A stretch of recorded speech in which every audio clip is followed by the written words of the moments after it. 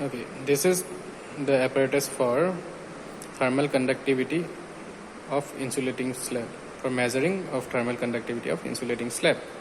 Okay,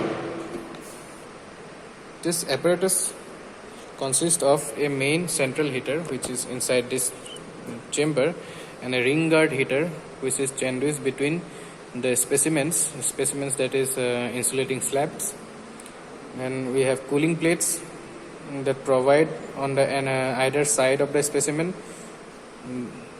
which is inside again this chamber. Two identical specimens are clamped between the heater to ensure unidirectional heat flow through the specimen.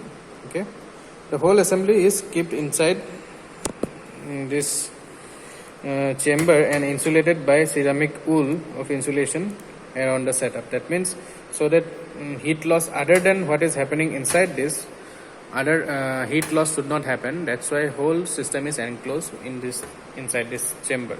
Okay, now to measure the thermal conductivity of that insulating slab and to start the experiment, first again we have to ensure everything is, all this setup is switch off, that is mains and all the knobs, all this dimer state are in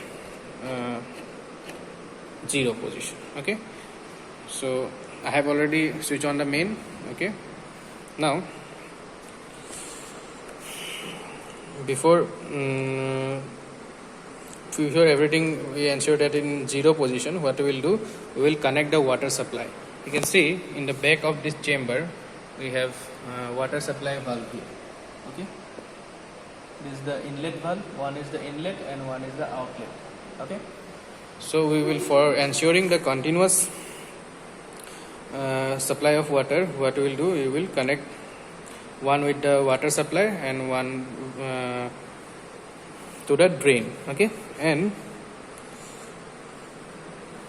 we will ensure the continuous supply of water inside the chamber. Okay, then we will connect the electric supply, okay, to the setup. Then we will start the water supply. Okay, we will adjust the flow rate of the water with the help of this valve. Okay, then we will switch on the mains that I have already done. Then we will set the central heater. See, there are two knobs here, one is for central heater and another is for ring guard heater. Then what we will do, after switching on, I will be switching on this.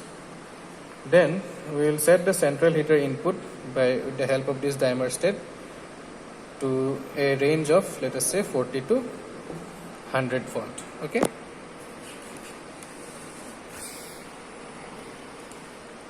now this ring guard, let us say I have set this.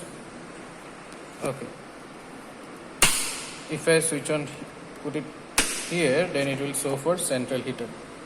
Okay, now again I will, let us say I have adjusted it to 35. Now I will put it down, that is ring guard heater. Now what I have to do, I have to adjust this knob at least to 45. Okay, anyway, I have said that we have to adjust this in between 40 to 100, right? So I'll adjust, let us say, this to 72, that is central heater, and I will adjust the ring guard heater to 77, minimum 5 degree above the central heater. Okay, now after adjusting this, we will note down the voltmeter reading and ammeter reading. Okay, not now, we have to wait for 1.5 hours. If we take this knob up, we will get the reading of central heater here, that is volt and amp. If we take this knob down, we will get the reading of volt and amp for ring guard heater here. Okay, now you have to wait for 1.5 hours, and minimum 1.5 hours, and we have to take the reading of temperature at the thermocouple, that is various thermocouple attached inside, that is thermocouple 1, 2, 3, 4, 5. See, likewise if I click, we get a reading of thermocouple 1, 2, 3, 4, 5, 6 like this. Okay, we have to take the reading of the thermocouple 1, 2, 3, 4, 5, which are fitted 1 and 2 for central heater, 3 for ring guard heater, and 5, 6 for cooling plate. Okay, all this thermocouple reading we have to take after 1.5 hours, and we have to take this reading 10 minutes consecutively after 10 minutes, and till these readings become almost, the consecutive readings become almost same, so that we will reach a steady state condition. Okay, after reaching the steady state condition, we'll use those observation. Okay, you can see this observation table here. Okay, where we'll put this observation. Now after steady state condition is reached, we'll use those observations. See, hot side fluid temperature, that is 1 and 2 divided by 2, that is average. Cold side is 5 and 6 divided by 2. Okay, now by Fourier law we can find out Q into X by 2A, hot side minus cold side, temperature difference. We can find out what is the conductivity. Q we can find out by the help of V into I, that is voltmeter reading and amp meter reading.